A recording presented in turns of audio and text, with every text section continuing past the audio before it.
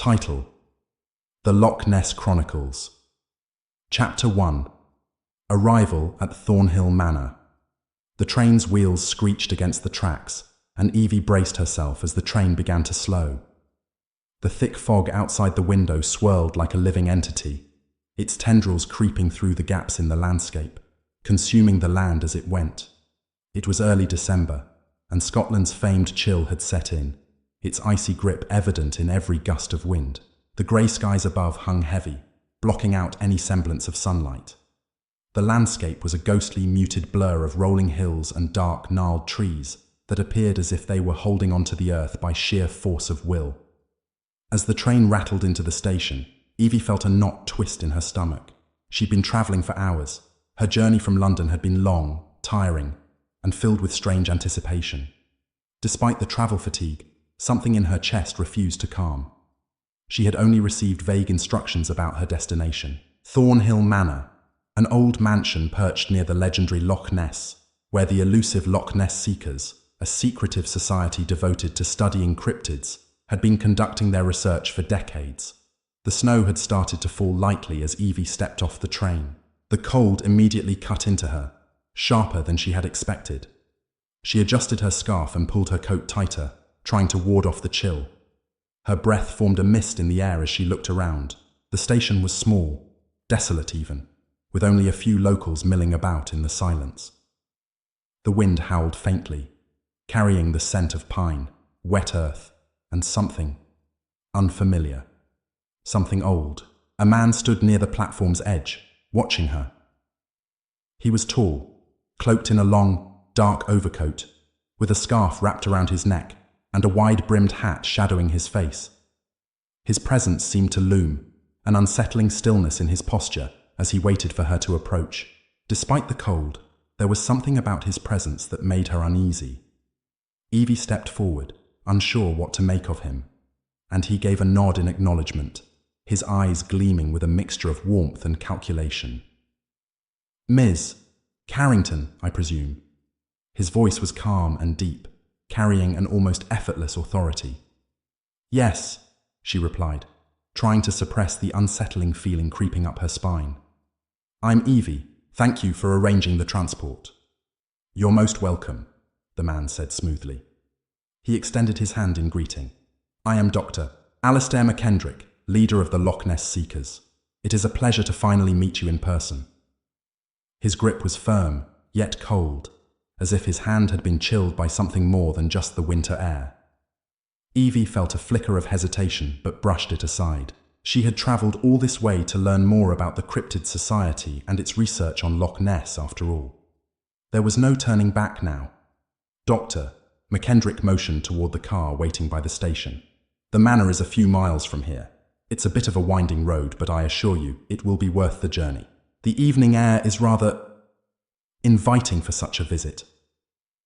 As Evie stepped into the car, she felt a sense of foreboding, a quiet weight in the air that hadn't been there before. The landscape outside continued to blur into an endless array of trees and hills. The fog seemed to settle more densely as they drove, obscuring the world from view. As the miles passed, Evie felt as though the world outside the car was fading, and the only thing that remained was the growing sense of something watching them from the trees, from the shadows in the mist. After what seemed like an eternity, Dr. McKendrick broke the silence. "Thornhill Manor has been a place of research for the Loch Ness Seekers for many years. We have studied the loch and its creatures in great detail, but our work extends far beyond simple folklore. The truth, Ms. Carrington, is far darker than what people are willing to believe." Evie turned toward him, intrigued but also wary. "Darker than the Loch Ness monster?" she asked, her voice steady despite the growing tension in her chest. McKendrick smiled faintly, but there was something unsettling in the way his lips curled, a certain coldness in his eyes that made her feel as though she were trespassing into something she was not meant to understand. "Oh, much darker. What we have discovered, what we have unlocked, Ms. Carrington, is far beyond what anyone could ever imagine." He paused, letting the words settle in the air before he continued. "But I cannot reveal everything to you at once, not until you've seen it for yourself." The car came to a slow stop as the road curved sharply, and the dark silhouette of Thornhill Manor came into view. Evie was stunned. The mansion was massive, its looming Gothic structure rising from the trees like something out of a forgotten fairy tale, a place steeped in mystery and ancient dread. Ivy clung to the stone like a second skin, and the windows appeared dark, some even shattered. The mansion's towering spires seemed to pierce the sky, cutting through the heavy mist. There was something about it, something about the way it stood, crooked and old, that made her heart race. "This is it," Dr. McKendrick said quietly, his voice taking on an eerie tone, almost reverent. "Welcome to Thornhill Manor." Evie stepped out of the car, feeling the cold bite of the air, but her gaze was fixed on the mansion ahead. It felt like an invitation and a warning. The front door opened with a creak, and a figure stood in the entryway, waiting for them.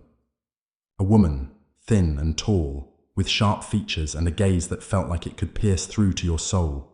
She introduced herself as Margaret, a longtime caretaker of the manor. Her smile was welcoming, but there was something strangely unsettling about her.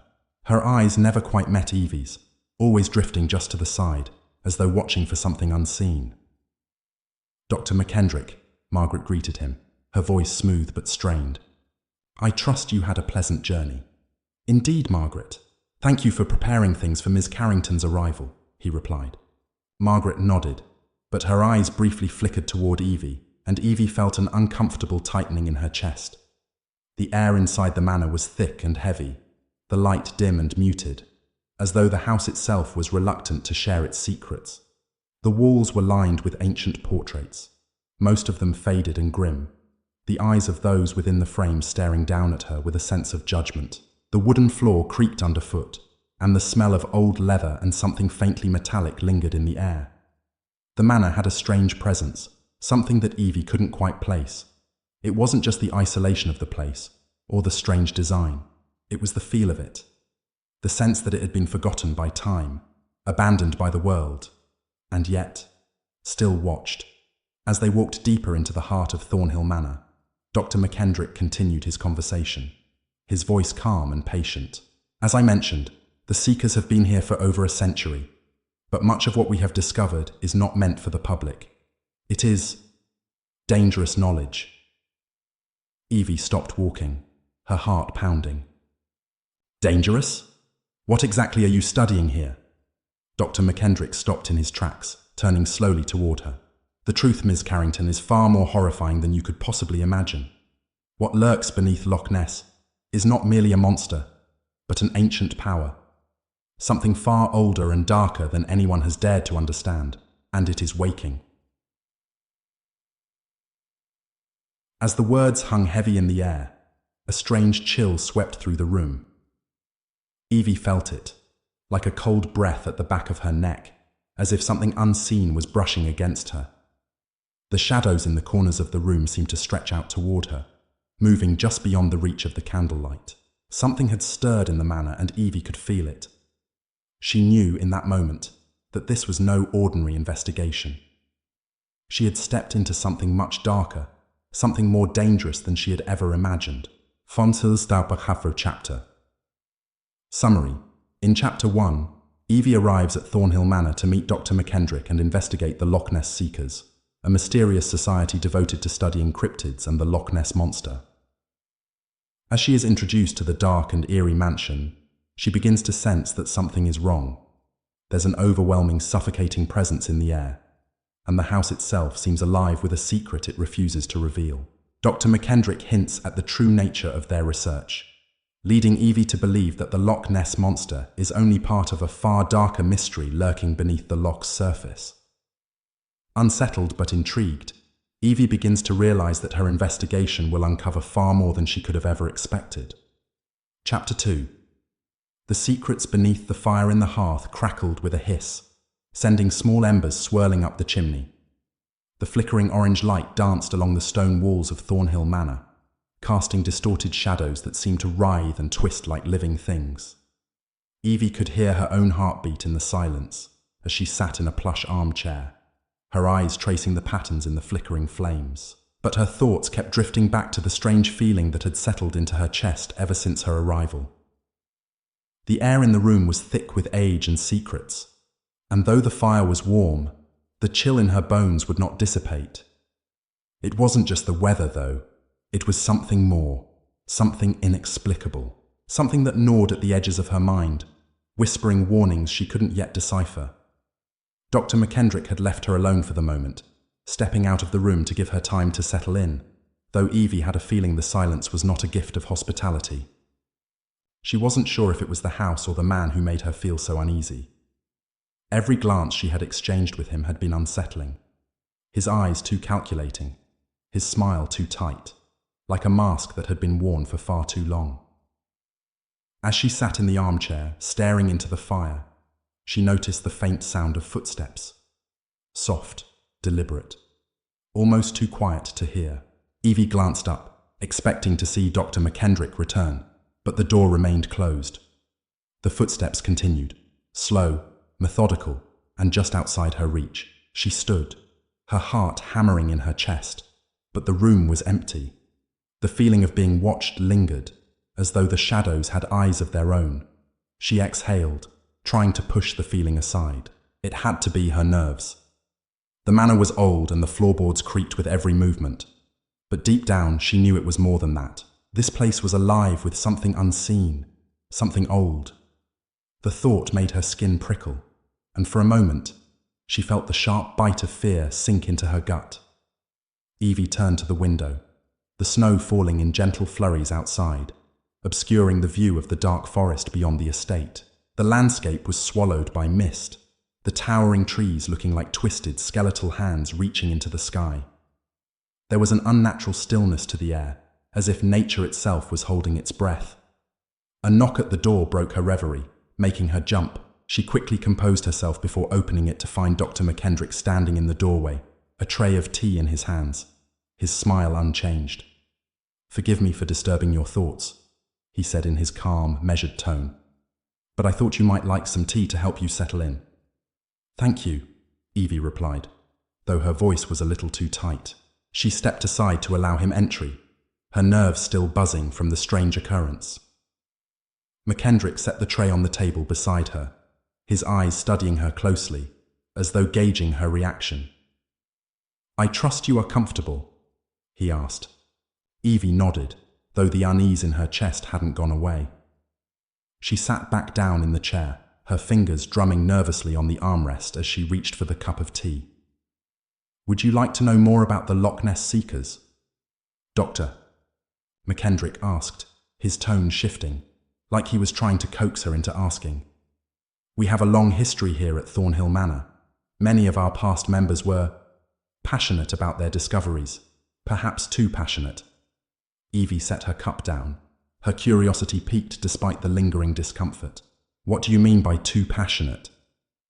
He smiled again, though this time there was something colder behind it.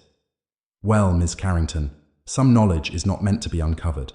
Our research into Loch Ness has gone far beyond mere creature sightings.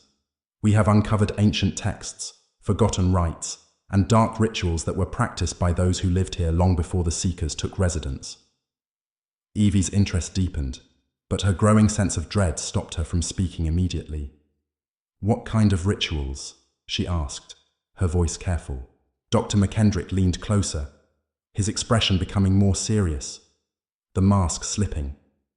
"Rituals that bind not only the creatures of the Loch, but something much darker, something that was never meant to be disturbed. The Seekers have been trying to uncover the truth for years, but every time they dig deeper, something awakens." Evie swallowed, a cold shiver running down her spine. She was certain she had misheard him. "Awaken? What do you mean by that?" His eyes darkened slightly, and for a brief moment, she could have sworn she saw a flicker of something. Guilt, fear perhaps, cross his face. He straightened up quickly, the shift in his demeanor so sudden that it startled her. "Forgive me, Ms. Carrington. I am simply an old man with far too many secrets. Let me show you the next part of your journey instead. There is a room in the manor where we keep the most important of our findings. It is where we study the ancient texts, the ones that reveal the true power that lies within Loch Ness." Dr. McKendrick led Evie down a long, winding hallway that seemed to stretch on endlessly. The shadows grew thicker as they ventured deeper into the manor, and Evie began to feel that creeping sense of unease once more. The hallway was lined with paintings, portraits of past seekers, most of whom appeared to be staring directly at her, their eyes cold and accusing. The walls were adorned with tapestries depicting strange, monstrous figures swimming in dark waters, their forms twisted and grotesque. As they reached the end of the hall, McKendrick stopped in front of an ancient wooden door. It was ornate, with intricate carvings that Evie couldn't quite make out in the dim light. The door seemed to pulse with a strange energy, as though something alive were waiting just beyond it. McKendrick placed his hand on the handle and turned it with a soft creak. "This room holds our most valuable discoveries," he said, his voice low, almost reverent. "Only a select few have ever been allowed entry." Evie stepped inside and immediately felt a shift in the atmosphere. The room was smaller than she had imagined, but the air was thick, oppressive.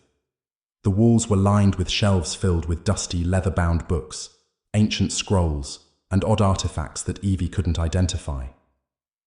A large desk sat in the center of the room, cluttered with papers, open books, and strange objects. A small, dimly lit fireplace cast long, jittery shadows across the room. In the corner, a large wooden chest sat closed, covered in dust, as if it had not been opened in years. Evie's eyes darted to a series of strange sketches pinned to the wall, drawings of massive creatures, not unlike the Loch Ness monster, but larger, more terrifying. Their features were grotesque, with elongated limbs, sharp teeth, and eyes that seemed to stare right through her. Her breath caught in her throat. "What? What are these?" she whispered, unable to tear her eyes away. "These are the creatures we believe are linked to the Loch," McKendrick replied, stepping beside her. His voice had taken on a darker, more serious tone. "But these are not mere animals. They are something more. Ancient beings who once ruled the waters of Loch Ness."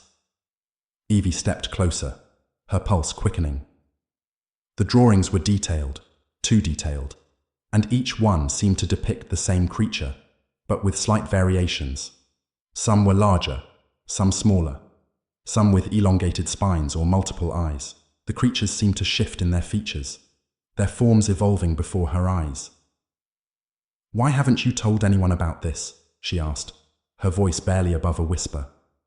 McKendrick sighed heavily, his shoulders sagging as if the weight of the secrets in this room were too much to bear. "Because, Ms. Carrington, what we've discovered is far too dangerous to share. These creatures are not just remnants of the past. They are alive, and they have been waiting to return." Evie's heart pounded as she took in the gravity of his words. She stepped back, her mind spinning. "Waiting to return," she echoed, her voice shaking. Dr. McKendrick nodded grimly. "The rituals we've been researching, the ancient texts we've uncovered, all point to one thing: a great awakening. The Loch has been guarding something for centuries, something that must not be disturbed." Evie could feel the walls of the room closing in on her, the air growing colder, heavier, as if the room itself were alive with the force of the creature's presence. She took a step back, her chest tightening as she realized that whatever lay beneath Loch Ness, it was far worse than anything she had imagined. As the evening wore on, McKendrick showed her more: the ancient books, the forgotten rites, and the dark history of the Seekers. But Evie could not shake the feeling that something far more sinister was waiting, hidden beneath the Loch's depths. She could feel the darkness pressing in on her, something ancient, something alive. She left the study, her mind racing with thoughts she couldn't fully grasp. What had she stumbled into? What had Dr. McKendrick gotten her involved in? The answers seemed just out of reach, but Evie knew one thing for certain. There was something lurking in Loch Ness, something that had been waiting far longer than she had ever dared to imagine. And it was coming. Chapter. Summary. In Chapter 2, Evie delves deeper into the mysteries surrounding Thornhill Manor and the Loch Ness Seekers. Dr. McKendrick reveals the darker side of their research, uncovering ancient texts and strange drawings that suggest the creatures of Loch Ness are far more dangerous and powerful than anyone realized. The tension escalates as Evie begins to realize the true horror behind the Seekers' experiments. The creatures are alive, and they've been waiting for centuries to return. The chapter ends with Evie feeling more trapped and unsettled than ever before, her mind racing with questions and fear of what lies beneath the Loch. Chapter 3. The James Curry Film. The night descended quickly over Thornhill Manor, cloaking the mansion in shadows that seemed to grow longer with each passing hour. The wind howled outside, rattling the windows and sending gusts of cold air through the creaking wooden walls.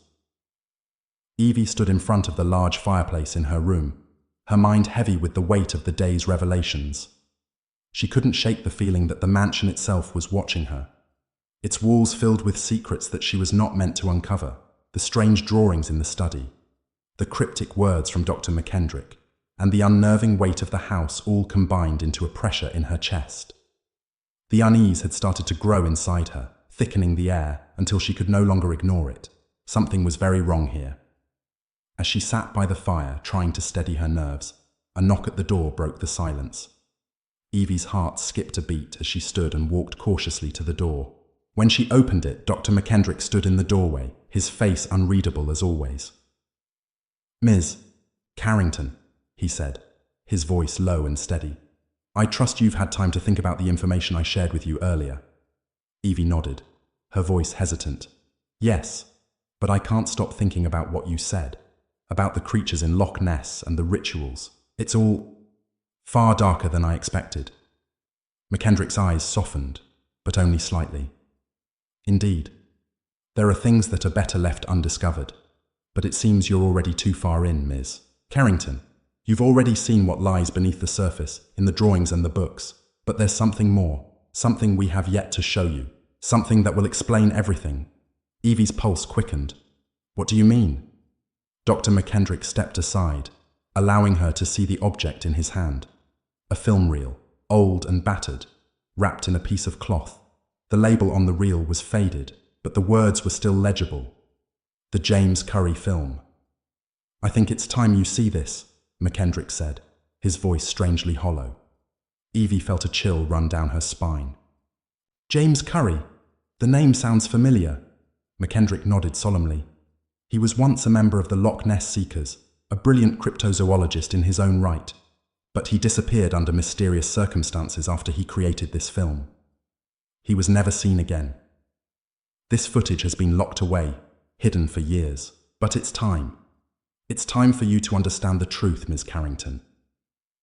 Evie followed him through the darkened hallways of Thornhill Manor. The house seemed to stretch on endlessly, each hallway and staircase filled with winding corridors and heavy shadows. It was as though the mansion itself had been built to conceal something, to keep its secrets hidden away from the world. They reached a small room at the back of the house, where a projector sat on a dusty table, surrounded by old books and scattered papers. The air in this room was thick with the smell of mildew and something else, a faint metallic odor that she couldn't place. McKendrick set the film reel on the projector, his hands moving with practiced ease. "Are you sure this is wise?" Evie asked, her voice barely a whisper. McKendrick paused, looking at her with a strange, almost mournful expression.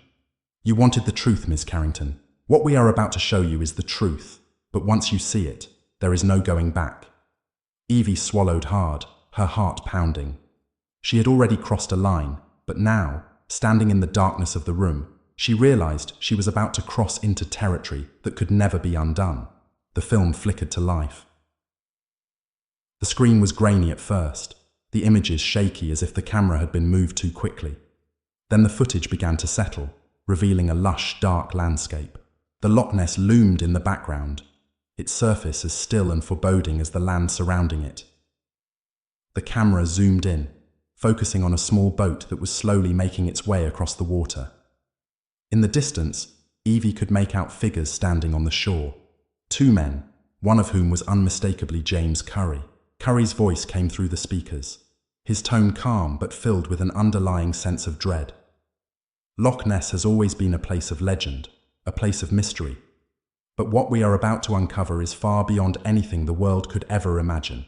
We are standing on the edge of something ancient, something that has been waiting for centuries. The footage grew more unsettling as Curry and his team began to row further into the loch. The water became darker as they approached a small inlet, hidden from the main body of the loch. As the boat turned a bend, the camera caught a brief glimpse of something massive moving beneath the water. The ripples in the loch were unnaturally large, and Evie's heart skipped a beat. "Do you see it?" Curry's voice came again, this time filled with excitement. "There, in the water, it's not just a creature. It's something else. Something that shouldn't exist." Evie leaned forward, her breath caught in her throat. What was that in the water? It looked far too large to be a simple monster, its form so massive and undulating that it seemed to stretch beyond the limits of the frame. The camera zoomed in, capturing only glimpses of dark reptilian skin and long, sinuous limbs before the boat passed further into the darkness. Suddenly, the footage jerked violently, as if the camera had been knocked from its holder. The screen filled with static, followed by the muffled sounds of shouting and something far darker, an inhuman growl echoing from deep within the loch. The boat began to rock violently, and a loud crashing noise filled the speakers, followed by eerie silence. Then the camera cut to a series of quick, jagged images, blurred, disjointed, but still somehow haunting. Evie's blood ran cold as she watched the figures on the boat struggle against something unseen, their faces twisted in terror. The camera caught a brief flash of the creature, a monstrous serpentine form rising from the depths, its massive body coiling around the boat. Its eyes were dark, its pupils wide and dilated, and its mouth stretched open in a grotesque, unnatural grin. The footage cut abruptly. Evie sat in stunned silence as the projector clicked off, plunging the room back into darkness. The only sound was the steady thrum of her heartbeat, pounding in her chest. McKendrick was watching her carefully, his expression unreadable.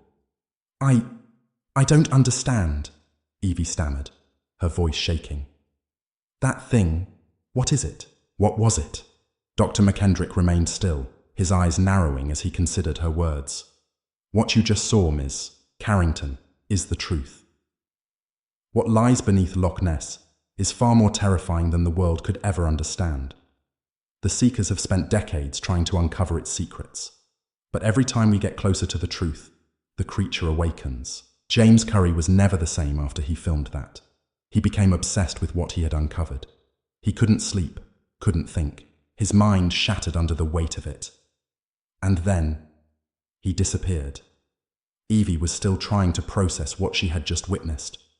The image of the creature, its massive body rising from the water, filled her mind. She couldn't shake the terror that had settled deep in her bones. "But why keep the film hidden?" she asked, her voice barely above a whisper. "Why show me now?" Dr. McKendrick's eyes were intense, his voice cold. "Because, Miss Carrington, the time has come. The creature has started to stir again. The rituals we've been studying, those rituals that bind the creature to the depths, are weakening. It's waking up, and it's not just Loch Ness that's at risk. It's everything." Evie couldn't tear her eyes away from him, her pulse pounding in her ears. The silence between them was suffocating. She had wanted to uncover the truth, to understand the mystery of Loch Ness. But this was more than she had bargained for. As Dr. McKendrick turned toward the door, he paused, casting one final glance at Evie. "You've seen the film. You know now that there is something ancient beneath the loch, something that cannot be contained. The Seekers have awoken it once more, and now, there's no going back." The door clicked shut behind him, leaving Evie alone in the room. She could still hear the echoes of that terrible growl, the image of the creature's eyes staring into her soul. She shuddered, the weight of the truth settling heavily in her chest. The truth had always been darker than any myth, and now it was awake. Chapter Summary. In Chapter 3, Evie watches the James Curry film, a haunting and cryptic piece of footage captured by a former member of the Loch Ness Seekers. The film reveals a terrifying, serpent-like creature beneath Loch Ness, something far darker and more ancient than anyone could have imagined. Dr. McKendrick reveals that the creature has been awakened by the Seekers' research, and now, the consequences of their actions are beginning to unfold. Evie is left shaken, struggling to comprehend the terrifying truth about what lies beneath Loch Ness. The chapter ends with a sense of dread, as Evie realizes she is trapped in a nightmare far worse than she ever anticipated. Chapter 4. The Unseen Depths. The storm outside Thornhill Manor raged with relentless fury. The wind howled, sending gusts of frigid air through the cracks in the manor's ancient walls. The sky, thick with dark clouds, seemed to press down on the world, casting the grounds of the estate into an unyielding twilight. Snow whipped through the air in chaotic spirals, adding to the oppressive sense of isolation that had already gripped Evie since her arrival. She sat alone in her room by the fire, her thoughts a whirlpool of confusion and dread. The ancient tome McKendrick had shown her earlier weighed heavily on her mind. The creature in the book, its form so unnatural, its eyes so chilling, seemed to haunt her even in the warmth of the firelight. The image of its twisted smile, half human, half serpent, gnawed at her thoughts, refusing to be erased. The room around her felt suffocating, the shadows stretching and clawing at the edges of her vision. Despite the fire crackling cheerfully in the hearth, a coldness had settled deep in her bones, a coldness that had nothing to do with the weather outside. The knock at her door came suddenly, cutting through the stillness like a knife.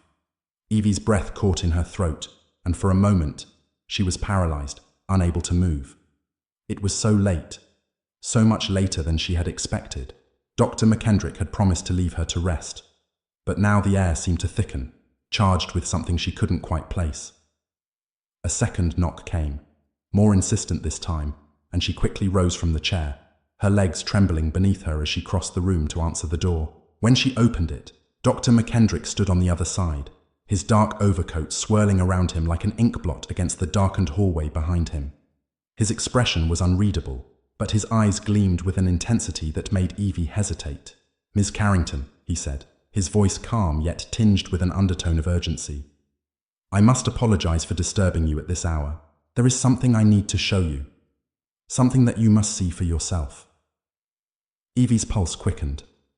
"What is it?" she asked, her voice a little too high-pitched. The tension in the air was palpable, and a deep, instinctual feeling told her she was being drawn into something she couldn't escape from. Dr. McKendrick didn't answer immediately.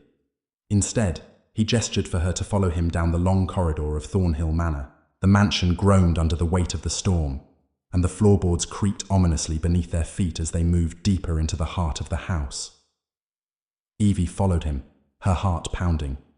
The deeper they went, the darker the hallways became, until she could barely make out the intricate tapestries lining the walls. The flickering candlelight cast long, twisted shadows across the floors, stretching and warping with each gust of wind outside. They reached a large, heavy door at the end of the hall, its surface scratched and scarred, as though it had seen far too many years and far too many secrets. McKendrick stopped in front of it, his face inscrutable as he turned to her. "This room," he began, his voice a whisper now, "holds the most dangerous of our findings. It is not a place for the faint of heart." Evie swallowed hard, her mouth dry. The unease that had settled deep in her chest began to twist, sending a wave of nausea through her. What could possibly be in that room? What more could there be? McKendrick reached for the door's iron handle, turning it slowly. The sound of the lock disengaging echoed in the stillness like a death knell. As the door creaked open, a cold gust of air rushed past her, as if someone, was waiting just beyond the threshold. Without a word, Dr. McKendrick stepped into the room, and Evie followed him reluctantly. The room was small, and yet it felt vast, as if the very air in it held centuries of forgotten knowledge. Shelves lined the walls, filled with old books and tomes, their spines cracked with age. The air was thick with the scent of dust and mildew, and something more, a metallic tang, like blood or rust. In the center of the room, a large table stood, its surface cluttered with papers, journals, and strange artifacts that Evie couldn't identify. The only light came from the flickering candle on the table and the dull glow from the hearth across the room, where the fire cast long, shuddering shadows. On the far side of the room, beneath a thick velvet cloth, stood something large. Evie couldn't see what it was, but she felt it. Something was being kept there, hidden in the dark. "Doctor," McKendrick turned to her, his expression hardening as he spoke. "Ms. Carrington, what I'm about to show you is a truth that has been hidden for centuries. It is the reason the Seekers have gathered here. It is why I have brought you here." Evie nodded, her throat tight. "What is it?" she whispered, almost afraid to ask. He stepped toward the table, his hands moving over the clutter with a practiced ease. Finally, he reached for the velvet cloth and pulled it back. Evie gasped. There, on the table, was a small, intricately carved box. It was made of dark wood, the grain twisting into strange patterns. The box was adorned with symbols that Evie recognized from the ancient book McKendrick had shown her earlier. They were the same symbols she had seen in the drawings of the creatures. Ancient runes, spirals that seemed to pulse with an unnatural energy. Dr. McKendrick slowly opened the box, revealing a small weathered journal inside. The cover was cracked and stained, its edges frayed with age. It was the journal of James Curry, the cryptozoologist who had disappeared after the film. "This," McKendrick said softly, his voice almost reverent, "is the final entry of James Curry. It is the account of his last days, the last days before he disappeared." Evie's heart pounded. She reached for the journal, her hands trembling as she flipped it open to the first page. The handwriting was shaky, barely legible, as though it had been written under duress. "The creature is waking. I have seen its form, twisted, ancient. The Loch is not just a place of mystery, it is a prison. We have disturbed something far darker than the world can imagine. The Seekers have unknowingly set it free. I feel its presence even now, clawing at my thoughts, whispering my name in the dark." Evie's breath caught in her throat. She turned the pages frantically, her eyes racing over the words that grew more frantic with each entry. "I can hear it. It calls to me. The voices in the water. They whisper of what is to come. It is waking. I am not safe here. No one is. The Seekers have no idea what they've unleashed. The rituals we've been performing have only made it stronger. I must escape, but I fear it is too late." The last entry was barely a scribble, barely coherent. "I see it now. It is not a creature. It is the beginning of the end. It is beyond what any human should have known. I have seen the darkness. It is inside me now. The Loch is no longer a place of water. It is a place of power, and it will claim us all." Evie's hands were shaking, and she felt as though the room was closing in on her. The shadows in the corners of the room seemed to grow larger, stretching, breathing in the dim light. She slowly closed the journal, her chest tightening as a deep, unshakable fear gripped her. "This was Curry's last entry," McKendrick said, his voice calm but tinged with an unsettling reverence. "After he wrote this, he vanished. No one has seen him since. Some say he was consumed by the creature. Others believe he was driven mad by what he discovered." Evie stepped back, her mind racing. But what did he discover? What was he trying to say? McKendrick's eyes darkened as he met her gaze. "The Loch is not just a home to the creatures. It is a doorway, an ancient, forgotten passageway that leads to something far more powerful. The creature you saw in the film, it is only a fragment, a servant of something much older, much more terrifying, and it is waking." A chill ran down Evie's spine, and she felt a sudden dizziness, as if the room itself were shifting beneath her feet. "What do you mean it's waking?" she whispered, barely able to form the words. "The rituals we've been performing," McKendrick continued, his tone now low, almost hypnotic, "have been breaking the barriers between the worlds. The Loch was once a prison, a containment. But now, that prison is failing." Evie's mind raced as the pieces of the puzzle fell into place. She had been right to feel that the house, the manor, was alive with something darker. Something had been awakened by the Seeker's obsession, and now it was free. "It is too late now," McKendrick said, his voice chilling in its finality. "The creature is already here, and soon it will be too powerful to contain. There is nowhere left to run." Evie's stomach churned as she stepped back from the table, the weight of the truth crashing over her like a wave. Thornhill Manor had become a prison, a place where the boundaries between the living and the dead, between the known and the unknown, had blurred beyond recognition. And now, there was no escaping what they had awoken. The loch was no longer just a body of water. It was a doorway to something ancient, something evil, and it was coming. Chapter summary. In Chapter 4, Evie is shown the journal of James Curry, revealing the horrifying truth about the creature beneath Loch Ness and the dark rituals the Seekers have been performing. These rituals have awakened something far older and far more powerful than anyone could have imagined. The boundaries between worlds are weakening, and the creature, once confined to the Loch, is now free. The chapter ends with Evie realizing that the horrors she uncovered are only the beginning, and the true danger is far closer than she ever expected. Chapter 5. The Keeper of the Loch. Evie's heart was racing, her thoughts swirling in a frenzy of confusion and dread. The journal of James Curry, the warnings, the creatures, the rituals, they all began to blend into a cacophony of terrifying truths that she could no longer ignore. The mansion had become a prison, a cage that had somehow trapped her, just like it had trapped everyone before her.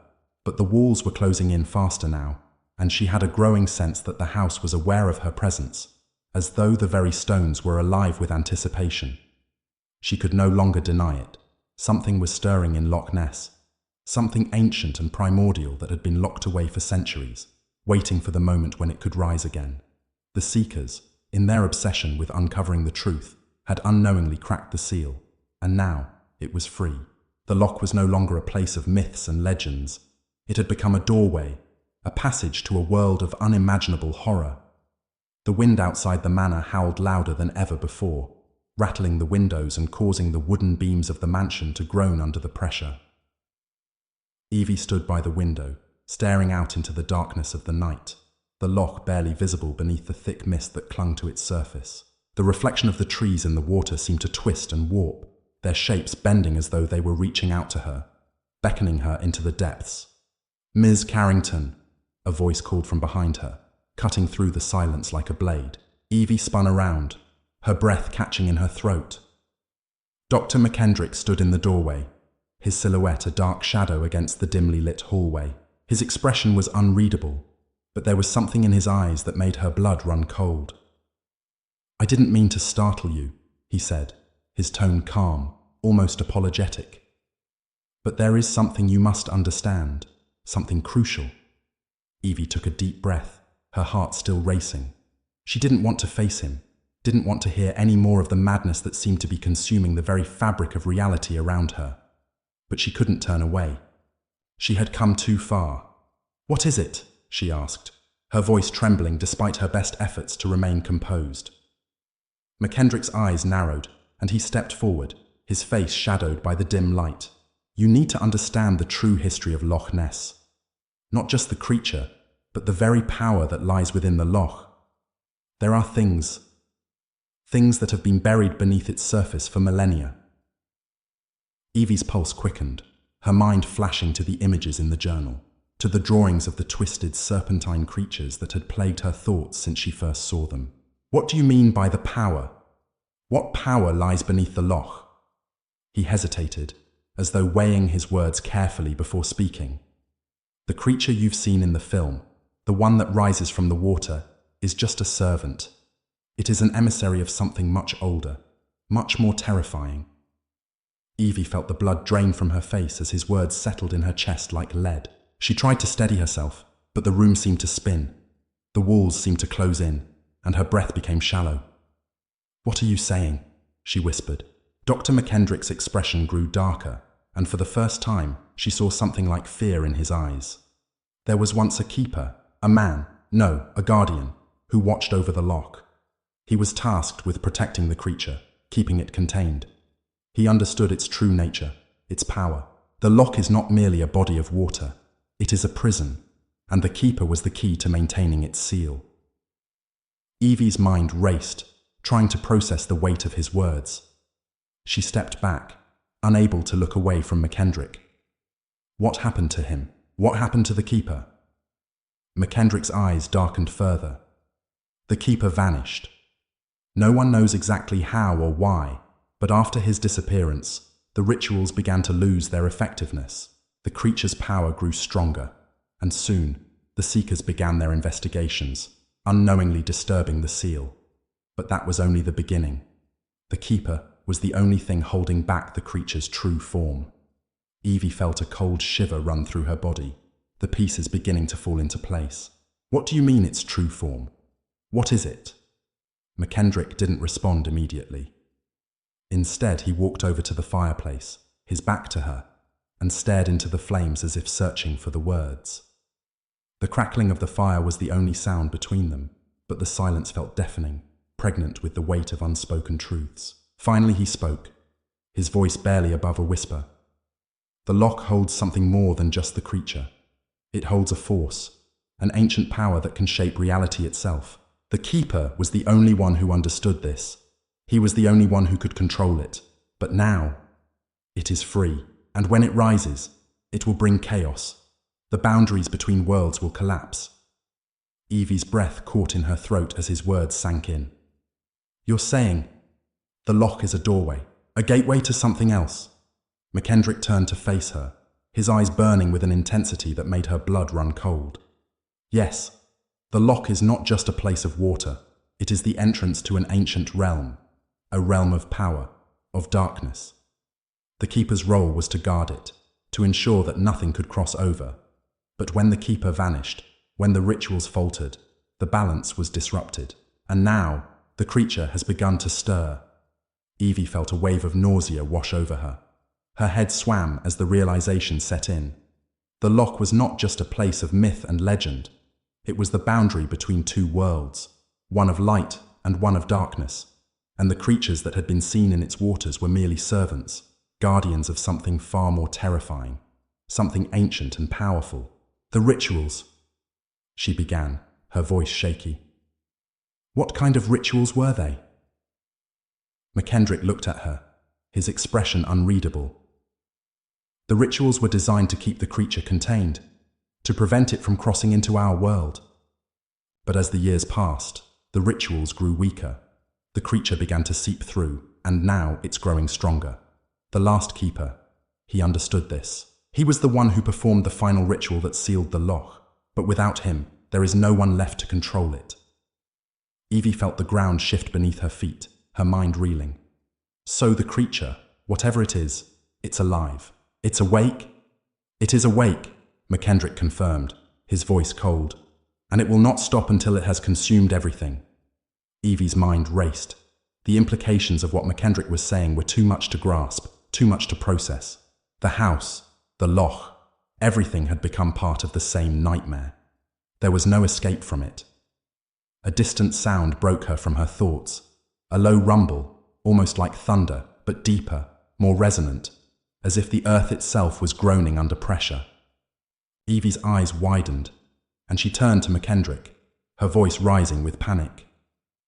"What was that?" she asked, her breath coming in short, frantic gasps. McKendrick's eyes darkened, his face grim. "It is the creature, stirring. It is closer than we thought." Evie felt a rush of cold air as the sound grew louder, a low, rumbling vibration that seemed to come from deep within the earth. The walls of Thornhill Manor trembled, the floor beneath her feet vibrating as if something massive were moving just beneath the surface. Is it coming?" she asked, her voice barely above a whisper, her heart racing in her chest. McKendrick nodded slowly, his gaze distant. "The boundaries are weakening. The creature can feel it. The Loch has always been a prison, but the prison is crumbling. The Keeper is gone, and the world will pay the price for it." Evie stumbled backward, her mind a whirlwind of panic and disbelief. She wanted to scream, to run, but the air had become thick and suffocating. The Loch, the house, the creature, everything was connected, and it was all closing in on her. The truth was too much to bear. She turned, rushing toward the door, but McKendrick caught her arm. His grip was tight, firm, as though he was trying to keep her from running, not just from him, but from the terror that awaited them both. "Evie," McKendrick said softly, his voice no longer calm but filled with a tremor of something darker. "You can't leave. It's already too late. The creature is already here." Chapter summary. In Chapter 5, Evie learns the true nature of the creature beneath Loch Ness and the horrifying history of the Seeker's rituals. The Loch is revealed to be a gateway to an ancient realm of power, and the creature, which was once contained by the mysterious Keeper, is now free. The rituals designed to control it have failed, and the boundaries between worlds are collapsing. As the tension escalates and the house trembles with the creature's stirring presence, Evie realizes that there is no escaping the nightmare that has already begun. The price of uncovering the truth has been far greater than she could have imagined. Chapter 6. The Unraveling. The storm outside Thornhill Manor raged on, but it no longer mattered to Evie. The wind screamed, rattling the windows, and the rain beat down in sheets, but the sound of the tempest was drowned out by the pounding in her ears. Her mind, once so full of questions and curiosity, now raced with only one thought: escape. The truth that Dr. McKendrick had revealed to her, that the Loch was not just a body of water, but a prison, a gateway to something ancient and unimaginable, had shaken her to her core. And now, as the walls of Thornhill Manor seemed to tremble with the creature's awakening, she felt as though the entire world was coming undone. The ground beneath her feet had shifted, and Evie could feel the house, alive, its pulse quickening, as the entity beneath Loch Ness began to stir. It was no longer confined to the Loch. The creature's presence was seeping into the very air around her, infecting everything. The once sturdy walls of the manor seemed to groan under the weight of the truth, the weight of the power that was awakening. It was as if the house itself was reacting, as if the very building had been built to contain something that had been imprisoned for centuries. But now, it was breaking free. Evie stood at the edge of her room, staring out at the Loch through the rain-streaked window. The surface of the water was dark, unyielding, and the distant trees appeared like twisted shadows reaching from the depths, stretching into the sky. The Loch, once a place of beauty and mystery, now felt like a living thing, its dark waters pulling her in with an unnatural force. A faint, distant sound broke through the silence, a low rumble that seemed to emanate from deep within the earth. It was unlike any thunderstorm or earthquake she had ever experienced. It was a growl, guttural and ancient, like the very pulse of the world itself. The Loch seemed to breathe, its surface rippling as though something beneath it were moving. Evie's breath caught in her throat, her pulse quickening as the sound grew louder, more insistent. She turned away from the window, her heart racing, her mind too terrified to make sense of what she was hearing. Every instinct within her screamed to run, to leave this place before it consumed her. But the creature beneath the Loch had already seeped into her mind, its whispers crawling into her thoughts, refusing to let her escape. The door to her room creaked open behind her, and Evie spun around, her breath catching in her chest. Dr. McKendrick stood in the doorway, his face as cold and unreadable as ever, but his eyes were filled with something darker now. "Ms. Carrington," he said, his voice strained, "it's time you understand the full truth. The creature's awakening is not the end. It is merely the beginning." Evie felt a chill crawl down her spine. The beginning of what? McKendrick stepped into the room, closing the door softly behind him. The Loch is not merely a place of water. It is a doorway to a realm of darkness, a realm that exists beyond time and space. The creature you saw in the film is the gatekeeper, but it is not the true master of this realm. It is merely the first in a series of horrors that were bound by the Keeper. "Keeper?" Evie's voice cracked as she tried to keep her composure. "The man you mentioned earlier, the one who was supposed to protect the Loch?" McKendrick nodded slowly. The Keeper was the guardian of the Loch and its dark power. He was tasked with ensuring that the creature, and the forces it represents, remained imprisoned. But when the Keeper disappeared, the power that held the creature and the realm closed off began to wane. The rituals that the Seekers have performed over the years were meant to strengthen the barrier, but they've only weakened it. Evie's mind was spinning. She took a step back, her eyes darting to the window, to the Loch. She could feel it now, a presence, a pull. The very water seemed to call to her. "What happens if the creature is freed?"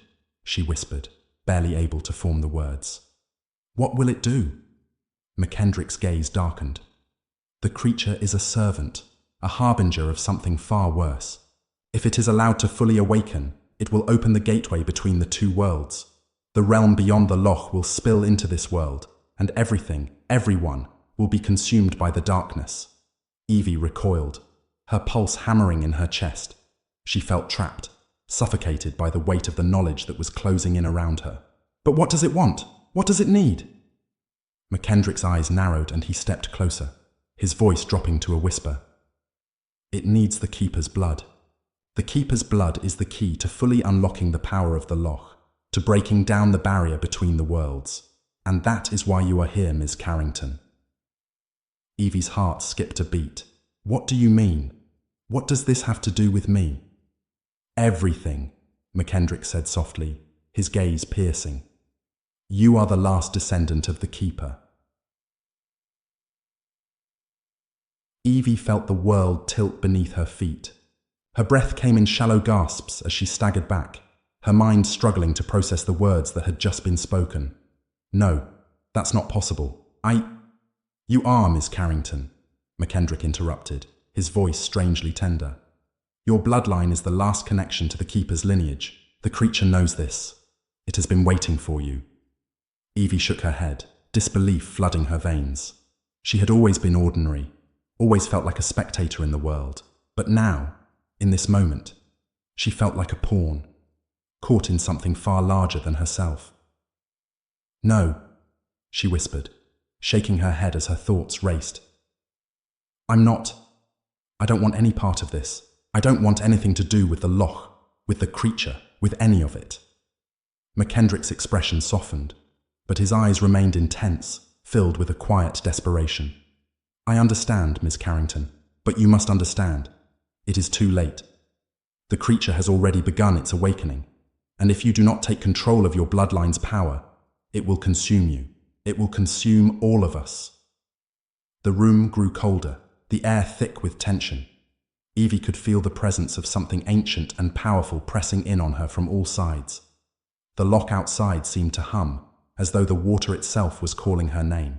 I don't want to be a part of this, she whispered, tears pricking at the corners of her eyes. I just want to leave. You cannot leave, McKendrick said, his voice firm. The Loch will not allow it. You are bound to it, whether you want to be or not. The creature is already inside you, Ms. Carrington. You are the key to stopping it, or the key to unleashing it. Evie's mind reeled as the weight of his words crashed down on her. She turned away, walking toward the window once more, trying to steady her breath. The Loch was still there, its surface dark and foreboding. The trees along the shore twisted and bent like fingers clawing their way out of the depths. The air in the room had grown thick with an unnatural weight, as if the very space around her were holding its breath, waiting for something.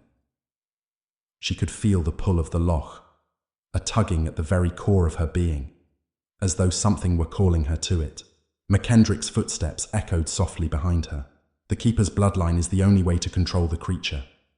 If you do not step forward and accept your legacy, the Loch will claim you, and the creature will consume everything.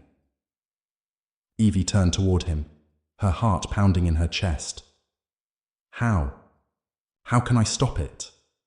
McKendrick reached into his coat, producing a small silver pendant. It gleamed in the dim light, its surface engraved with symbols that she had seen in the ancient texts. This is the key, McKendrick said. It will allow you to summon the power of your bloodline, to control the creature, and to bind it once more. Evie hesitated, her eyes locked on the pendant. She could feel its power, its dark energy radiating from it, calling to her. The Loch outside seemed to shift, as though it had heard the words. The surface of the water rippled unnaturally, its movements quick and erratic. There is no time, McKendrick said urgently. The creature is coming. You must decide, Ms. Carrington. Will you fight it, or will you let it consume everything? Evie's breath caught in her throat. The weight of the decision pressed on her like 1,000 stones. The darkness that was coming was beyond her comprehension, but she knew one thing for certain. It was a force she could not escape. The Loch had already begun to claim her. Chapter Summary. In Chapter 6, the true nature of Loch Ness and the terrifying power beneath the waters is revealed. Evie learns that she is the last descendant of the Keeper, the only person capable of controlling the creature that lurks beneath the loch. The Seeker's experiments have awakened the creature, and now, only Evie's bloodline holds the power to stop it. As the creature stirs and the loch begins to respond, Evie is faced with an impossible choice. Take control of the ancient power and face the creature, or let it consume everything. The chapter ends with the horrifying realization that the loch's dark influence has already begun to take hold of her. Fourther, Mini Ban Jan Noi, Viet Lai Chuang, 6 Nhu Chu Hon ChatGPT Jan Noi. ChatGPT, certainly. Here's a further expanded version of Chapter 6 of the Loch Ness Chronicles. This version includes more detail, atmosphere, and psychological tension, drawing out the suspense, horror, and mystery, as Evie learns more about the dark forces at work. One Sait the Chapter 6, The Unraveling. The storm outside Thornhill Manor howled with an intensity that rattled the windows. The wind, like an ancient force woken from a deep slumber, screamed through the trees and pushed against the walls of the mansion, rattling the very bones of the old structure. It was as if the house, once a place of refuge, had become a prison, and the creature beneath the loch was reaching out with its invisible fingers, clawing its way into the world. Inside, the air was thick, heavy with the weight of secrets too terrible to comprehend. Evie stood in front of the window, staring out at the loch, its surface dark and uninviting. The water seemed to stretch on forever, a vast abyss filled with mystery and dread. The mist rose from its depths like a living thing, coiling in tendrils around the trees that lined the shore. The wind carried the scent of earth, salt, and something ancient, something that made her stomach turn. The loch was alive, breathing, pulsing with a presence that reached into her very soul. Her mind was spinning. She could still hear Dr. McKendrick's words echoing in her mind. The creature is not the true terror beneath the loch. It is merely a servant of something far older, far darker. The loch is a doorway, and when it opens, the darkness will spill out. The implications were too much for her to grasp all at once, but as she stood there, feeling the weight of the storm and the loch's presence pressing down on her, she knew that this was not just about one creature. This was something far worse, something that had been locked away for centuries. And now it was free. A chill ran down her spine, and for a moment she felt a faint tug, like a whisper in the wind, calling her toward the water. She closed her eyes, trying to shut out the sensation, but it lingered, curling around her thoughts. Something wanted her. It was as if the loch had claimed her, and she was a part of it now, whether she liked it or not. The door behind her creaked open, and Evie spun around, her heart leaping in her chest. She had been so focused on the loch that she hadn't heard Dr. McKendrick approach. He stood there, silhouetted in the doorway, his dark figure framed by the dim light from the hallway.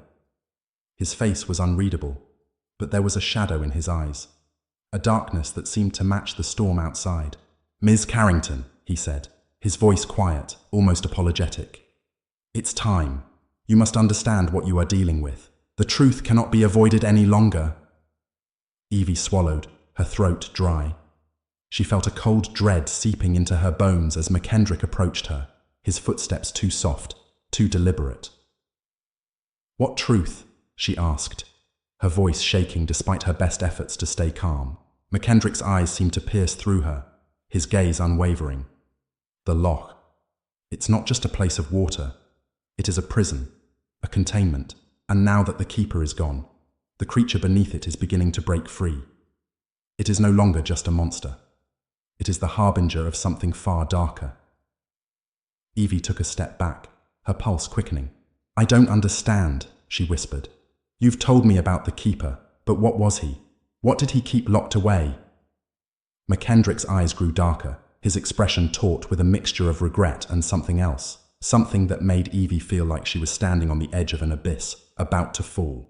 He turned his gaze to the window, where the loch lay beneath the storm's fury. His voice when he spoke was barely above a whisper. The keeper was the guardian.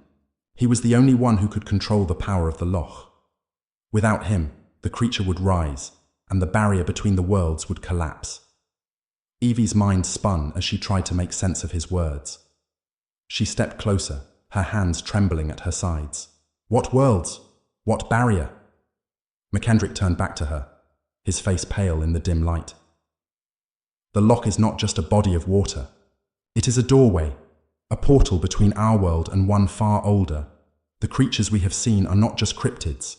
They are part of something much greater, something that predates time itself. The keeper's role was to prevent them from crossing over. He was the last line of defense. Evie's breath caught in her throat. And now that he's gone, McKendrick continued, his voice barely audible. The creature begins to stir. The power of the loch grows stronger, and soon the barrier will be gone. The creature will rise, and the door will open. Evie took a step back, her mind racing. The loch was not just a myth, not just a place of strange sightings and folklore. It was a doorway to another world, a world filled with dark powers that could tear apart everything she knew. And the creature was not just a cryptid. It was the key to that world. McKendrick's gaze grew more intense, his eyes narrowing as he studied her. You must understand, Miss Carrington. You are the last living descendant of the Keeper. You are the key to stopping it, or to allowing it to consume everything. Evie's legs went weak and she sank into the nearest chair, her mind spinning. What? What do you mean? How am I the key? McKendrick stepped closer, his expression grave. The Keeper's bloodline is tied to the power of the loch. You are the last one with the ability to control the creature. If you do not act, if you do not take control of the power within you, the creature will be free. It will break through, and the barrier will be gone forever. Evie felt the world shift beneath her feet. The weight of McKendrick's words crushed her, and for a moment she felt as if the ground was falling away beneath her. She had always been ordinary, just a journalist with a love of strange stories and unsolved mysteries. But now she was something else, something chosen, something tied to an ancient and unspeakable power. The loch had called to her, and there was no turning back. She turned her gaze toward the window again, her eyes scanning the dark waters, the mist that seemed to curl around the trees like serpents. The loch was alive, and it was calling her. McKendrick's voice brought her back to the present, his words more urgent now.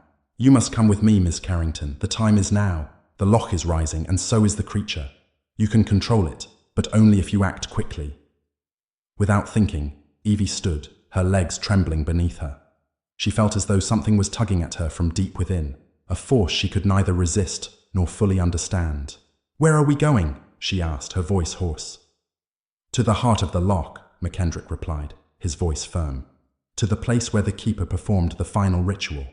You must complete it, or the creature will be free. You are the last hope, Ms. Carrington. They left the warmth of the manor behind, stepping out into the cold night air, and the darkness seemed to swallow them whole. The loch stretched before them, the mist swirling around them like an otherworldly fog. The wind had died down, but the air felt alive, pulsing with an unnatural energy. Evie's breath came in ragged gasps as she walked beside McKendrick, her thoughts a whirl of fear and confusion. She had seen the creature. She had felt its presence, its pull, and now she was walking toward it. The creature was not just an animal. It was a force, a power that would not be denied. It had waited for centuries, and now it was waking. The boat rocked gently on the surface of the loch as they approached. McKendrick guided her into it, and she sat, her hands gripping the sides of the boat as they drifted farther from the shore. The mist thickened around them, and the surface of the water grew darker, deeper, as though they were descending into the unknown. The loch seemed to pull at them, urging them forward, as if the creature beneath was waiting for them. Evie looked back toward the shore, the silhouette of Thornhill Manor barely visible in the distance. It felt like she was leaving everything behind, her world, her life, as she sailed deeper into the heart of darkness. The water beneath them seemed to pulse, as if something was stirring in its depths. Evie's breath caught in her throat as she looked down into the inky blackness. The loch felt alive, its waters heavy with the weight of centuries of secrets. Do you feel it? McKendrick asked, his voice low. The creature is stirring. It senses you, Miss Carrington. It knows you are here. Evie nodded, her pulse quickening. I feel it, she whispered. It's calling to me. They reached a small island in the center of the loch, a place hidden from view, shrouded in mist. The boat scraped softly against the shore, and Evie stood, her legs unsteady as she stepped onto the island. The air here felt different, colder, more oppressive. McKendrick led her to the center of the island, where a large stone altar stood, ancient and worn by time. The markings on the altar matched the symbols from the book, the same ones that had haunted her since her first glimpse of them. This was the place where the keeper had performed his rituals, the place where the loch had been sealed. "Here," McKendrick said, his voice trembling with an odd mix of awe and fear. "This is where it all began, and this is where it ends." Evie stood before the altar, her heart pounding in her chest. The loch behind her seemed to wait, as though it too were holding its breath. The creature was coming. The darkness was closing in, and now she had to face it. "You must begin the ritual," McKendrick whispered. "You must accept your power, accept your bloodline, or all will be lost." Evie's eyes fell on the altar, on the symbols etched into the stone. Her mind raced, but in the depths of her fear, she knew that there was no choice. There never had been. The loch had claimed her, and now it was time to answer its call. Chapter Summary. In Chapter 6, Evie learns that she is the last descendant of the Keeper who guarded the loch and its ancient power. Dr. McKendrick reveals that the loch is a doorway to a darker world, and the creature beneath it is only the first step in the opening of that gate. As the creature stirs and the loch's power begins to grow, Evie is forced to confront her bloodline's legacy and take part in a ritual that could either stop the creature or allow it to consume everything. With the loch calling to her, she must face the terrifying truth. Her fate is bound to the darkness beneath the water. Chapter 7. The Heart of the Darkness. The boat creaked beneath Evie's weight as she stood at the edge, staring out over the inky black waters of Loch Ness. The mist had thickened around them, swirling like ethereal tendrils reaching up from the depths. The air was damp, cold, and oppressive, as though the very atmosphere were holding its breath, waiting for something to happen, something that could not be undone. Dr. McKendrick stood beside her, his face drawn and pale in the dim, flickering light of the lantern he held. His eyes were fixed on the island in the distance, where they would soon land. His expression was tight, but there was an edge to his demeanor that Evie had not noticed before. It was as if the man who had always been in control had finally lost his composure. His fear was palpable, though he tried to mask it behind a mask of authority. Evie could feel it too. The weight in the air, the way the water beneath the boat seemed to pulse with an unnatural energy. The loch, once a place of mystery and intrigue, now felt like something far darker, alive, waiting, pulling her closer to the edge of its secrets. "The creature is close," McKendrick said, his voice low and strained. "It's aware of us, Ms. Carrington. It can feel you here." Evie turned toward him, her pulse quickening. "What do you mean it can feel me? Why me? What is it about my bloodline that has anything to do with this?" He didn't answer immediately. His eyes drifted to the water, the mist obscuring the shore as they drew closer. When he spoke again, his voice was almost a whisper. "The Keeper's bloodline is the key to the creature's power. You are the last one who can control it. Your ancestors performed the rituals that kept the loch sealed, but now the barrier is crumbling. It is why you are here." The boat gently rocked against the shore, and Evie felt her heart skip a beat. The island loomed ahead, its silhouette obscured by fog, but she could sense the presence that awaited them. Dark, ancient, and terrifying. The wind whispered something in her ear, something she couldn't quite make out but that sounded almost like a voice, beckoning her toward the island. The boat slid gently to the shore, and Evie stepped off onto the wet, moss-covered earth. Her boots sank slightly into the soft ground, and she felt the unmistakable sensation of being watched. The air grew colder still as she stepped onto the island, the stillness of the place unnerving. It was as if the very island held its breath, the silence surrounding her suffocating, thick with centuries of unspoken history. "This is where it all began," McKendrick said, his voice distant. "The Keeper performed the final ritual here, binding the creature to the loch. But the seal is weakening. We must finish what he started, or the creature will rise, and the world will be plunged into darkness. Evie's heart thundered in her chest as she looked around. The island was small, barren except for a few twisted, gnarled trees whose roots seemed to reach into the earth like skeletal fingers. At the center of the island stood a stone altar, covered in moss and age-old runes, symbols she had seen before in the book. The altar was weathered by time, its stone surface cracked and worn but still strong. There was an unmistakable air of ancient power around it, a feeling that the island, this altar, was a place of immense significance. "What do I have to do?" Evie asked, her voice tight. The weight of the task was overwhelming, and yet she knew that she could not turn back. The creature was awakening, and she was the only one who could stop it, or release it. McKendrick's expression softened, but his eyes remained haunted.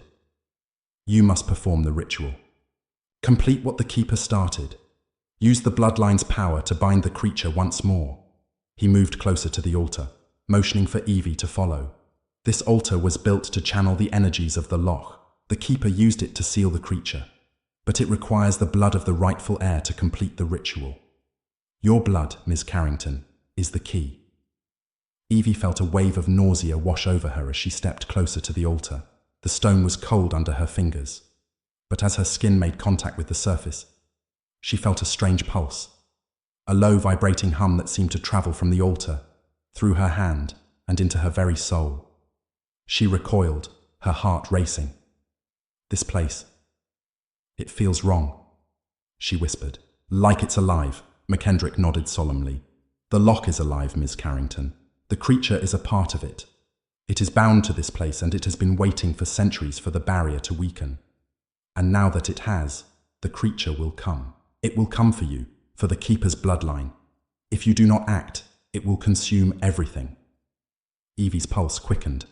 The air around her seemed to hum with an energy that was neither natural nor normal. The ground beneath her feet seemed to shift, as though the island itself were moving. The wind howled around her, but there was something wrong in the air. It was more than just the storm. It was as if the island itself had awakened, as if it was responding to the ritual about to unfold. McKendrick stepped back, his eyes on her with an intensity that made her skin crawl. "You must perform the blood offering. The Loch will require it. Your blood, your life force, it will bind the creature once more." Evie's breath caught in her throat. She could feel it now, the Loch's pull, the creature's presence creeping beneath the surface. It was waiting for her, watching her. The ground trembled slightly beneath her feet, and a strange, low hum vibrated through the air, resonating in her chest.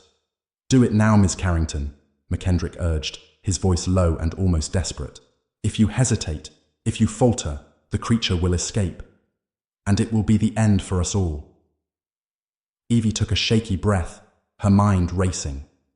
The thought of what she was about to do, what McKendrick was asking her to do, terrified her, but she had no choice.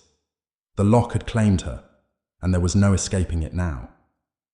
She stepped forward, the blood in her veins seeming to freeze as she approached the altar. The air grew thicker, suffocating. She could hear her heartbeat thudding in her ears, the sound of the Loch growing louder, almost like a whispering voice calling her name. She gripped the side of the altar, bracing herself. This was her legacy, her bloodline's curse. The wind howled again, the water of the Loch seeming to pulse in time with the beating of her heart. The mist that surrounded the island grew thicker, swirling around her like a dark fog. It felt as if the Loch itself were closing in, wrapping its tendrils around her, pulling her deeper into its grip. Evie closed her eyes and drew a deep breath, her pulse quickening. "I will do this. I will end this nightmare," she whispered to herself. But even as the words left her lips, a wave of dread washed over her, a sense of finality that she could not escape. Without another word, McKendrick moved behind her, producing a ceremonial dagger from his coat. The blade was old, its surface etched with symbols she couldn't quite understand. He handed it to her with a solemn look in his eyes. "Use it. Cut your palm. Offer your blood to the Loch," he instructed, his voice almost reverent. Evie hesitated for a moment, the weight of what she was about to do sinking in. But she steeled herself. She had no other choice. With a trembling hand, she took the dagger and pressed it against her palm. The sharpness of the blade pierced her skin, and a rush of warmth spread from the wound as her blood began to drip onto the stone altar. The moment her blood touched the stone, the earth beneath her feet seemed to wake up. The loch roared in the distance, the ground trembled violently, and a dark shape began to rise from the water. Evie gasped in terror as she felt the loch's power surge through her, a searing pain coursing through her veins. The wind howled, and the mist began to form into shapes, twisting into grotesque, monstrous figures. The island seemed to tremble beneath her, and the creature's presence surged, pulling at her very soul. It was coming. Chapter 8. The Rising. The moment her blood touched the stone altar, the entire island seemed to shudder, as though it had been struck by a violent earthquake. Evie's heart raced as the ground trembled beneath her feet. The loch's water began to churn and bubble, rising higher and higher, as if some unseen force was pushing it up, forcing it to obey. The sound was deafening, the roaring, sloshing, bubbling as the water turned dark, black and unyielding. It wasn't the storm, it wasn't the wind, it was something else, something far darker, far older. The wind whipped around her, howling like 1,000 voices screaming in agony. The sky overhead grew darker, as if the very heavens themselves were being pulled into the loch's abyss. The mist that surrounded the island began to take shape, twisting into vague, monstrous silhouettes. They seemed to be alive, their features changing, warping into grotesque, nightmarish faces that loomed just beyond her vision. The trees on the island began to shake, their gnarled branches reaching toward the loch, as if the entire island was pulling in one direction, toward the water. Evie staggered back, her chest heaving with panic. Her blood still dripped from her hand, staining the stone altar. But as her blood mingled with the ancient symbols, something began to stir deep within the loch. Something powerful, something alive. Her vision blurred. The ground beneath her feet pulsed with a strange rhythmic thrum, like the heartbeat of the island, or perhaps something far more ancient, far more powerful. She could hear the low, guttural growl emanating from the water, the sound vibrating through her bones. It was coming. She could feel it in the pit of her stomach, in the very marrow of her bones. The creature beneath the loch was waking. The figure standing beside her, Dr. McKendrick, was already moving away from the altar, his face pale and drawn, his expression a mixture of awe and dread. He had been expecting this, but Evie hadn't. Her thoughts raced, trying to piece together the cryptic words he had spoken earlier, but nothing made sense anymore. The creature, this ancient terror, was breaking free, and she had been the one to open the door. "It's too late now," McKendrick said, his voice distant, almost sorrowful. "It has already begun." Evie's heart pounded as she turned her gaze toward the loch. The water was frothing, bubbling like a cauldron as though something beneath it was thrashing, pushing violently against the surface. The mist coiled around them, the fog thickening and shifting as if it were alive, forming into dark, twisting shapes that seemed to move in the periphery of her vision. In the distance, the loch's waters began to swirl more violently, the surface cracking like glass breaking under pressure. "What have I done?" Evie whispered, her voice trembling. McKendrick stepped closer to her, his eyes locked on the loch. "You've given it the power it needed. You've summoned it back from the depths, but you must finish the ritual, or it will consume you. It will consume everything." Evie's thoughts were a storm of confusion and fear. She had never believed in the supernatural, never believed in ancient rituals or creatures from the depths of the earth. But now, standing on this cursed island, she felt as though she had crossed a line, and there was no turning back. She had unlocked something far more dangerous than she could ever have imagined. The ground trembled again, and this time it wasn't just beneath her feet.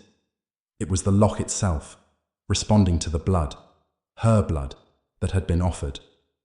The stone altar seemed to crack as a low hum filled the air, vibrating through her chest, and the wind howled louder, an unnatural sound that seemed to pierce her very soul. The mist thickened, and as it did, she saw it, the dark shape rising from the water. At first, it was just a shadow, but as it drew closer, the figure became clearer, rising from the depths of the loch with unnatural speed. The creature's form was massive, its silhouette dark and shifting, like an enormous serpent winding through the water. It rose slowly, its movements fluid, its enormous body coiling and uncoiling as it surfaced. Evie's breath caught in her throat as she saw its eyes. The creature's eyes were not human. They were black, void-like hollow pits that seemed to suck in all the light around them. As it locked eyes with her, a sharp, cold sensation shot through her chest. The creature was alive, and it knew her. It knew who she was. It had been waiting for her. The air seemed to freeze, as if the island had stopped breathing, and only the creature existed. The water around it roiled and bubbled, its massive body rising from the loch like a nightmare made flesh. The creature's skin was dark, slick, and covered in scales that gleamed with an unnatural sheen. Its jaws parted, revealing rows of jagged, razor-sharp teeth, teeth that could tear through flesh and bone with ease. McKendrick's voice was low, urgent, and filled with desperation. "Evie, you must finish the ritual. You are the only one who can stop it. If you don't, it will claim you. It will claim everything." Evie stepped back, her heart pounding in her chest. She could feel the pull of the creature, feel its dark energy seeping into her mind, trying to overwhelm her thoughts. The Loch had always been a place of mystery, a place of folklore and legends. But now, it was no longer a myth. It was real. The creature was real, and it was here. The island began to shake violently as the creature's massive form broke the surface of the water. It was rising higher and higher, its body coiling through the air like a serpent, twisting and turning as it emerged from the loch's depths. The water swirled around it, its surface crashing against the island as if the very earth were fighting to keep the creature contained. Evie's breath quickened, and her pulse raced. She was the last descendant of the Keeper, the only one with the power to stop this. The weight of that responsibility pressed down on her, threatening to crush her under its sheer force. McKendrick stepped forward, his eyes wild, his voice urgent. "You must finish it. You must perform the final act, or the creature will break through and destroy everything. You are the only one who can bind it." Evie's legs shook beneath her, but she knew he was right. She had no choice. The creature was too powerful, too ancient. She had to stop it, or it would consume her, consume everything. With shaking hands, she raised the dagger once more.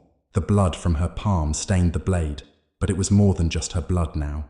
The bloodline that had come before her, the Keeper's, was in her, coursing through her veins. The energy of the Loch, the power that had always been contained beneath the water, surged inside her. She could feel it, deep within her soul. The Loch was not just a prison, it was a gateway, and she was the key. The creature roared again, a sound that shook the very island. The ground trembled beneath her feet, and the water swirled violently around the creature's massive body. It was almost free, almost beyond her reach. But Evie wasn't going to let it win. With a deep breath, she thrust the dagger into the air, calling upon the ancient power. She spoke the words she had learned from the texts, words that felt like they had been carved into her soul. As she did, the Loch seemed to respond. The air grew still, the wind dying down, as though the entire world had held its breath. For a moment, everything was silent. The creature paused, as if sensing the shift in the air. Evie's blood ran cold as the power surged through her, pooling in her chest, spreading through her veins. It was overwhelming, like a floodgate had been opened inside her. She could feel the creature fighting, its dark energy clawing at her, trying to break free, but she wasn't going to let it. She couldn't. With all the strength she could muster, Evie plunged the dagger into the altar, the stone cracking beneath the force. The moment the blade touched the surface, the Loch exploded with energy. The wind howled again, and the earth trembled beneath her feet as the creature let out a final guttural roar. For a moment, Evie thought she might be torn apart by the power surging through her. But then, as quickly as it had begun, the storm died. The water stilled.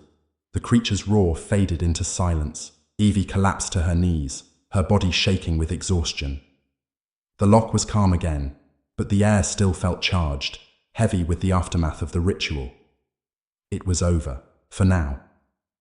The creature had been bound once more, but Evie knew, deep down, that the Loch was never truly sealed. The darkness had been pushed back, but it would always be waiting, biding its time, and she too would always be connected to it. She closed her eyes, taking a shuddering breath, and looked out at the loch. For a moment, there was only silence, and then she heard it again. The faintest whisper carried on the wind. It was the loch calling to her. Thumb chapter. Summary. In Chapter 8, the ritual to bind the creature beneath Loch Ness reaches its terrifying climax. Evie, using the power of her bloodline, performs the final steps of the ritual, but the loch responds violently, shaking the earth and awakening the creature from its depths. The massive serpentine creature rises from the loch, threatening to break free and consume everything. But Evie, with McKendrick's guidance, manages to perform the final act to seal the creature back into the loch, at least for now. The air grows still, the water calms, and the island falls into silence, but the lingering sense of darkness remains, hinting that the battle is far from over. The loch, once a prison, is now a doorway, and Evie knows that she will always be tied to it, bound to the ancient force that lies beneath. Chapter 9. The Curse of the Loch. The silence of the loch was unnerving. After the ritual, after the earth-shattering roars and the violent shaking that had rattled her to her core, the island now felt as if it were suspended in time, holding its breath. The water of the loch was unnaturally still, a dark mirror reflecting a sky that had been swallowed whole by grey clouds. The mist, thick and cloying, swirled around them like a living entity. It seemed to rise from the water, undulating and twisting, creeping into the spaces between the trees and around the stone altar. It was as if the loch was trying to hold them in place, trapping them in this moment. Evie's heart pounded, the rapid thudding against her chest reminding her that the battle had only just begun. She had performed the ritual. She had offered her blood to seal the creature back into the loch, but a gnawing dread continued to claw at her. The loch was calm now, but the silence was as suffocating as the violent chaos that had preceded it. It was a calm before the storm, and she could feel the tension hanging in the air, thick and oppressive.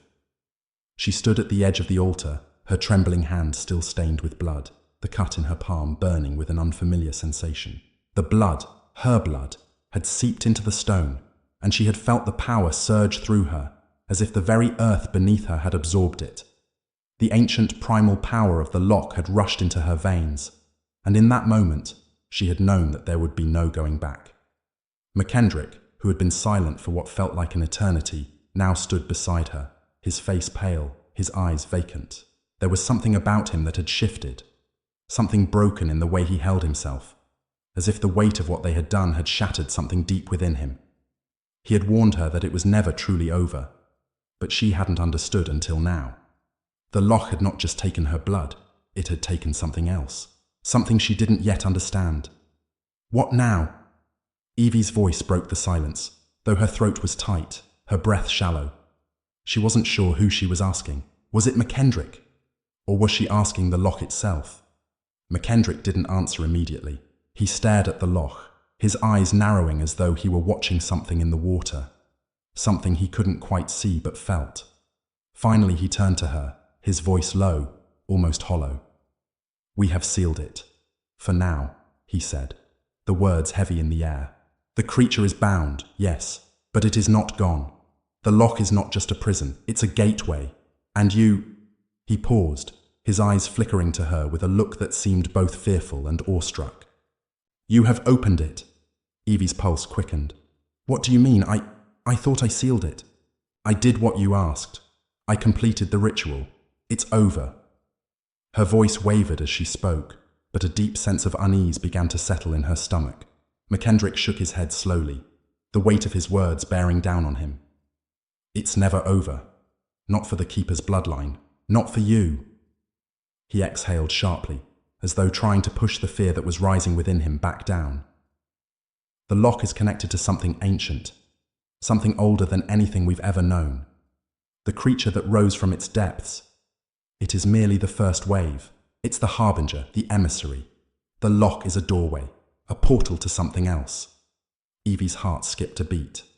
"A doorway to what?" she asked, her voice trembling with a terror she could not suppress. She felt the ground beneath her shift, the island trembling ever so slightly beneath her feet. The loch had felt alive when she had performed the ritual. Its pulse, the dark energy that surged through her veins. It wasn't just a place. It wasn't just a home for monsters. The loch is more than just a body of water, McKendrick continued, his voice filled with a strange mixture of reverence and fear. It has always been a passageway between worlds. This world, our world, and another. A place where darkness exists. A realm beyond human comprehension. The creature, the one that nearly broke free. It's not just a beast. It's a servant of something older, more powerful. The loch has been a barrier, a prison to keep this force from spilling over into our world. But now that you have awakened it, now that you've performed the ritual, it will find a way to return. Evie's knees felt weak as the full weight of his words crashed down on her. The ritual hadn't sealed the loch's dark force. It had only temporarily restrained it. The loch was a bridge between two realms, and the creature was just one part of something much larger, something she couldn't even begin to fathom. Do you understand? McKendrick's voice was strained. The loch is not just a cryptid's home. It is alive. It pulses with a power that defies all logic. And now it is awake. The creature was only the first wave. There are others, and they are coming. Evie shook her head in disbelief, stumbling back a step. But I don't understand, she whispered. What is it that's coming? What are we really dealing with? The loch is not just a body of water, McKendrick said, his eyes narrowing as if searching for words that could convey the depth of the horror he had spent so many years trying to understand. The creature is a servant of something far worse. It is the harbinger of something that comes from beyond this world. It was sealed away long ago, but when the keeper vanished, the ritual that bound the creature failed, and now the loch is breaking open. McKendrick's voice trembled slightly. The loch is a doorway to an ancient and malevolent force. The creature is just the first wave, but it's only a glimpse of what lies beyond the veil. You felt it, didn't you? He looked at her with a knowing expression. The darkness that surged through you when you offered your blood. It's part of you now. You are tied to it. Your bloodline was never meant to simply guard the loch. It was meant to keep this force at bay. Evie could feel it now, a weight in her chest, a terrible understanding creeping up her spine. The loch, the creature, it had all been a part of something bigger, something alive, and she was connected to it. Her blood had unlocked it. The creatures, the nightmares, the force beyond the loch. It was all tied to her now. No, she whispered, shaking her head in disbelief. No, I didn't mean to open anything. I only wanted to stop it. I wanted to close the door. You opened it, McKendrick said, his voice flat. You've released the creature, but the true horror has not yet arrived. The ground beneath her trembled once more, and the loch seemed to pulse in response. The water was still now, but Evie could feel the heartbeat of the earth beneath her. The creature had not been defeated. It had been bound, yes, but there was something waiting beneath it. Something far worse. Something far older. McKendrick looked back at the loch, his face pale and drawn. The keeper's bloodline, Miss Carrington, is cursed. It was never meant to keep the creature alone. The loch is a door, and you are the key. You will never be free of it. The loch will always be a part of you, and when the time comes, it will return, and it will bring something worse. Something that was locked away for a reason. Evie felt the bile rise in her throat, the weight of his words sinking deep into her chest. She had thought she could escape, thought that the ritual would close the door, seal the creature back in its watery grave. But now she realized that the door had only cracked open, and the horrors beyond were stretching toward her, reaching with a darkness that was older than time itself. She glanced toward the water once more, the still surface now reflecting the faintest glow. A shadow seemed to ripple beneath it, but it wasn't the creature. It was something else, something darker, something worse. She could feel it. It's not over, McKendrick whispered. This was only the beginning. The loch had claimed her, just as it had claimed the keeper before her. Her bloodline would always be tied to it, and no matter how hard she tried to escape, no matter how far she ran, the darkness of the loch would follow her. It was waiting for her, waiting to rise again. As they made their way back to the boat, Evie's mind spun with terror. The loch, the creature, the force beyond it, all of it was connected. And now she had no choice but to face it. There was no running from the loch. She was bound to it, just as the keeper had been. As the boat pushed away from the shore, the island disappearing behind them, Evie turned back once more, her heart heavy with dread. The loch seemed to watch her, its surface still and empty, but she knew better now. It wasn't over. It would never be over. The curse of the loch would follow her forever, and something far worse was coming. Chapter Summary. In Chapter 9, Evie learns the terrifying truth about the Loch, its connection to another world, and the ancient force it contains. She discovers that the creature she has bound is only the first of many, and the Loch itself is not just a prison but a doorway to a realm of darkness. The ritual may have sealed the creature for now, but it hasn't ended the horror. McKendrick reveals that the Keeper's bloodline is cursed, and that she, as the last descendant, is bound to the Loch forever. The Loch is watching her, and something much worse than the creature is coming for them all. The chapter ends with Evie realizing that there is no escape, no hope of peace, as the Loch's dark influence will forever haunt her.